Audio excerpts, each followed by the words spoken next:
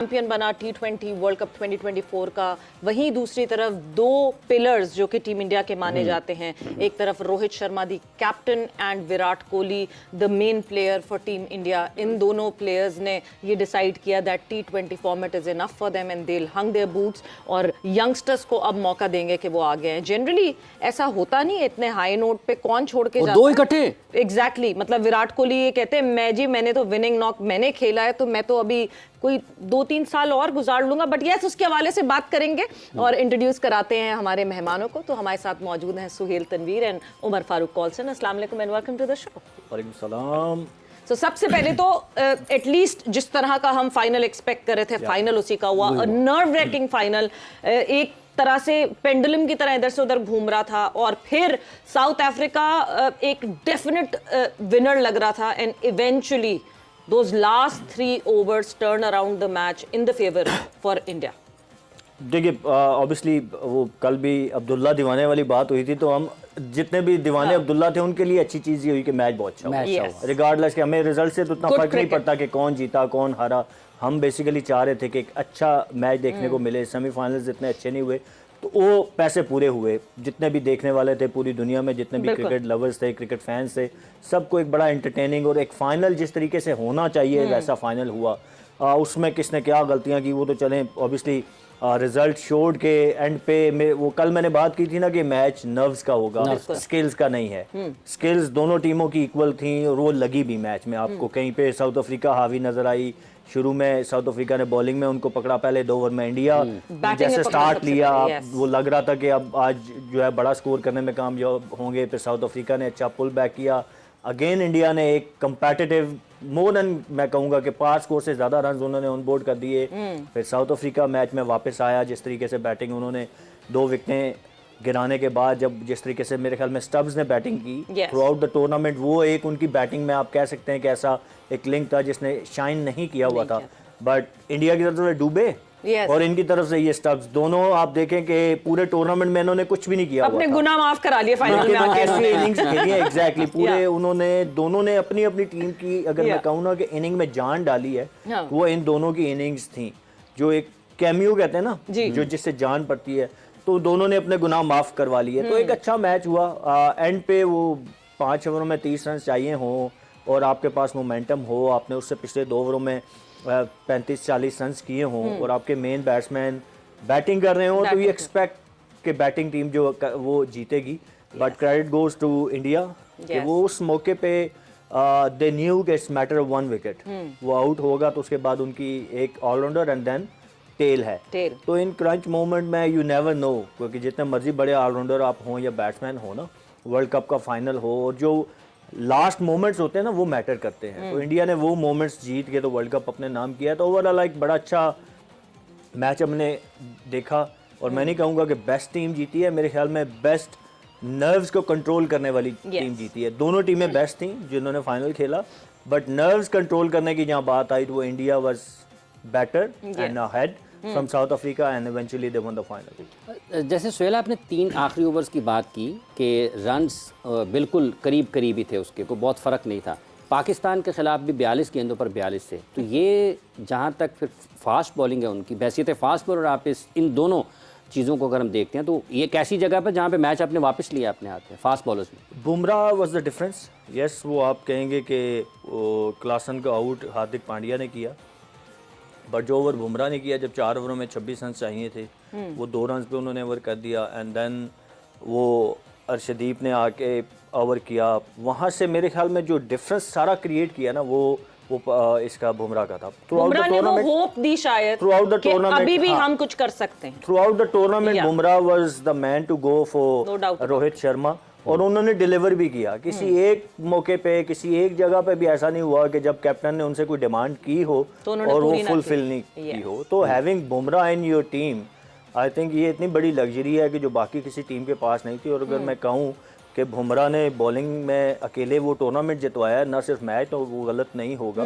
It's not about number of wickets, it's about the impact जो आप impact डालते हैं। आप देखें कि वो बैट्समैन सेटल खेल रहे थे और बुमराह आए तो उनके खिलाफ वो और मैं मुझे थोड़ा अजीब भी लगा कि इतना ज़्यादा शेल में वो चले गए, बैक इन टू शेल के मतलब 5 विकेटें थी आपके पास, मिलर साथ खड़े थे, at least you try to take single, rotate तो करने की कोशिश करते हैं ना, that's a different story. But वो बुमराह का प्रेशर इतना ज़्यादा था उनके ऊपर कि आप देखें कि उनसे सिंगल भी नहीं निकाला जा सका, रिवर्स हो रहा था बट कोई इतना अनप्लेबल नहीं हो रहा था कि मैं कहूँ कि बहुत लंबा रिवर्स स्विंग हो रहा था जिसकी वजह से बहुत मुश्किल आ रही थी। It was about skills, Bumrah की स्किल्स जो है वो डिफरेंट थी बाकी बॉलर से, और जब बुमराह ने डिलीवर किया तो आपको एक होप मिल गई। जब भी नीचे लगी हुई टीम को आप वापस आने देते हैं ना, मैं पूरे शो में ये बात करता रहा हूँ, वो ऑस्ट्रेलियन अप्रोच की बात कर रहा हूँ कि वो नहीं आने देते, क्योंकि जब भी किसी नीचे लगी हुई टीम को आप एक होप दे देते ना, तो फिर मोर देन 70-80% वो नीचे लगी हुई टीम बाउंस बैक करने का जीत चांस जाती होता है। सो you don't want to do that. You cannot do that. जब आप वो करते हैं तो वही हुआ रिजल्ट। आपने देखा कि वो कहाँ रना बॉल था तो आखिरी ओवर में 16 रन चाहिए। वैसे बिल्कुल ये वैसे बहुत सही एक कहावत है that batters win you matches and bowlers win you tournaments. 34 for 3 से बैटर्स की तरफ जरा आते हैं, 34 for 3 से 176 पुट अप करना सबसे पहले, तो मुझे लगता है कि वो सबसे पहला इम्तिहान था जिसमें टीम इंडिया पास हुई। देखिए इंडिया कल विराट कोहली का जो था, आपको पता है 2 दिन पहले से शुरू हो गया था कि Virat Kohli is the one who is gonna make a difference. किसी को नहीं पता था कि वो शायद ये अनाउंस कर देंगे मेरा लास्ट। और जब वो खेल रहे थे लग रहा था कि बड़ी एक अजीब सी इनिंग खेल रहे हैं, कोई इसकी कॉन्टेक्स्ट समझ नहीं आ रही। लेकिन जिस तरीके से वो अपनी इनिंग को लेके जा रहे थे, बाद में एट द हाइंडसाइट ये समझ आया कि ये इनिंग कितनी मीनिंगफुल थी। इवेंचुअली वो जो 10-15 रन थे जो छक्का भी मारा, उन्होंने थोड़ा लेट किया, उन्होंने इम्प्रोवाइज़ किया, बट अगेन विराट कोहली की जो इनिंग थी वो उसने बेसिकली इंडिया को एटलीस्ट एक फाइटिंग टोटल की तरफ पुश किया कि यार चलो ठीक है ये इतना है, हम इसको फाइट बैक कर लेंगे। अब मैं थोड़ा सा पीछे जाऊंगा, जो आपने बात की, मुझे सबसे बड़ी खुशी ये है कि 2 बेस्ट टीम इस टूर्नामेंट, क्योंकि जब आप 20 टीम्स टूर्नामेंट की बात करते हैं तो किसी ना किसी टीम का एक तुक्का लग जाता है, किसी ना किसी टीम को एक एडवांटेज मिल जाता है। लेकिन बेस्ट टीम जो थी वो कल 2 खेली थी, और बेस्ट टीम जब खेल रही होती है तो छोटे छोटे मार्जिन होते हैं जहाँ पे आप एक गेम को अपने आप की फेवर में कर पाते हो। तो आई थिंक वो जो कल डिफरेंस था बुमराह ने तो किया, लेकिन उससे पहले जो उन्होंने जो ब्रेक एक हम जो बात कर रहे थे पहले हम बात कर रहे थे जो पांड्या को ओवर दिया, आई थिंक पांड्या का ओवर वाज अ सेटअप, कि वो सेटअप था बेसिकली जो उन्होंने गेम को वापस पुल बैक किया। और T20 फॉर्मेट में जब हम 30 ओवर 30 की बात करते हैं, आमतौर पे इतने कम रन्स होते हैं कि ये 2 ओवर में क्या 1 ओवर में बन जाते हैं, तो इसलिए कोई इतना मेजर।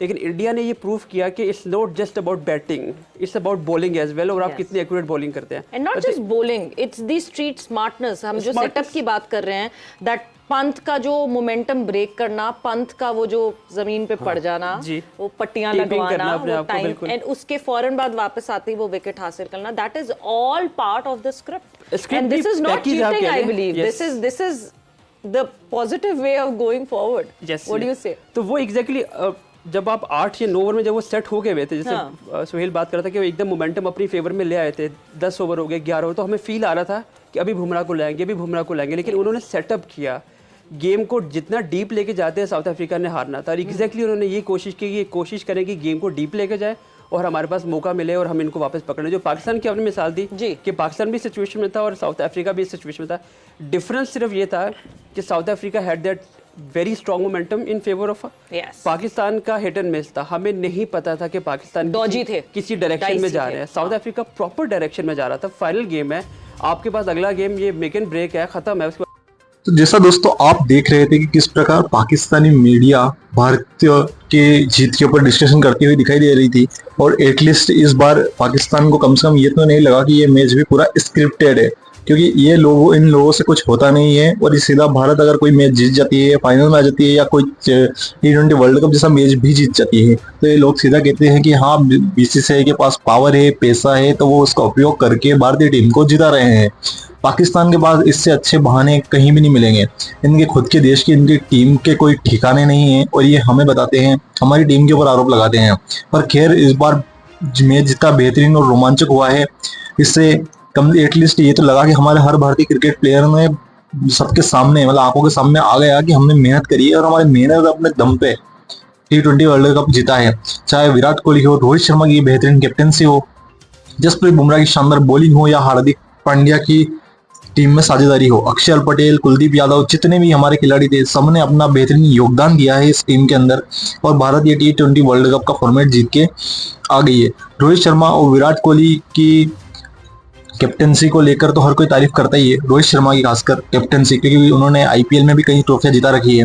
लेकिन विराट कोहली की जो पारी रही और उनके ये पीक लेवल पे आके इन्होंने जब रिटायरमेंट की बात करी, इससे पाकिस्तानी मीडिया भी काफी नाखुश दिखाई दिया, क्योंकि उन्हें पता है कि पाकिस्तान में दरअसल उनके खिलाड़ी अपने गेम छोड़ना नहीं चाहते, लेकिन हमारे देश में यंग को खिलाड़ियों को मौका देने के लिए इन दो महान क्रिकेटरों ने संन्यास ले लिया। खैर, इस पर आपकी क्या राय है कमेंट सेक्शन में जरूर बताइए। जय हिंद।